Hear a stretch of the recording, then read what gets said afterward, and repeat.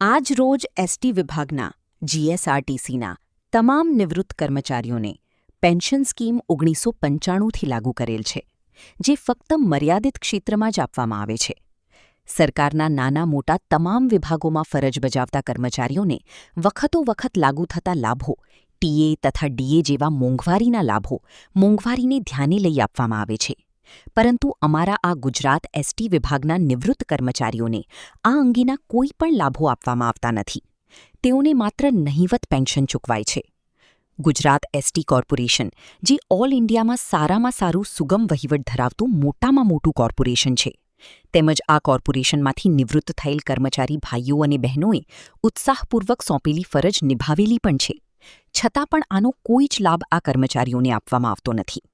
સરકારના સમગ્ર કર્મચારીઓની પેન્શનના લાભો જાહેર કરવામાં આવે છે, પરંતુ તે લાભ ફક્ત ગુજરાત એસટી કોર્પોરેશનના ભાઈઓ જ અસર કરતા નથી. તો આ રજૂઆતોને ધ્યાને લઈ આ મોંઘવારી સામે ટકી રહેવા માટે મળતા પેન્શનમાં વધારો થાય.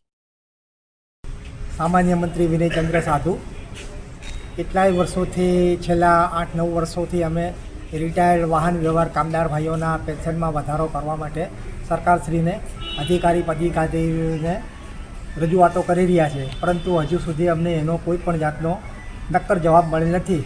આજે ફરીથી અમે મહેરબાન કલેક્ટર સાહેબને આવેદનપત્ર આપી જણાવી રહ્યા છીએ કે અમને આનું નક્કર જવાબ મળે અને જેમ બને તેમ ટૂંક સમયની અંદર અમારા પેન્શનની અંદર વધારો થાય.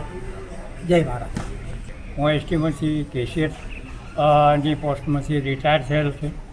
છેલ્લા 9 વર્ષથી અમે નિવૃત્ત કર્મચારીઓ, એસટીના કર્મચારીઓનો પ્રોબ્લેમ ઓછામાં ઓછું પેન્શન, અમારા કર્મચારીઓને 800થી 1500, 1200, 2000 સુધીનું પેન્શન મળે છે. આ નહિવત પેન્શનની માંગણી માટે અને વધતી જતી મોંઘવારી 1.16 લેખે અત્યારે વધી રહ્યું છે, છતાં સરકારને અમે વારંવાર રજૂઆત કરી છે કે ભાઈ અમારો આ ન્યૂનતમ પેન્શન વધારો કરી આપવા.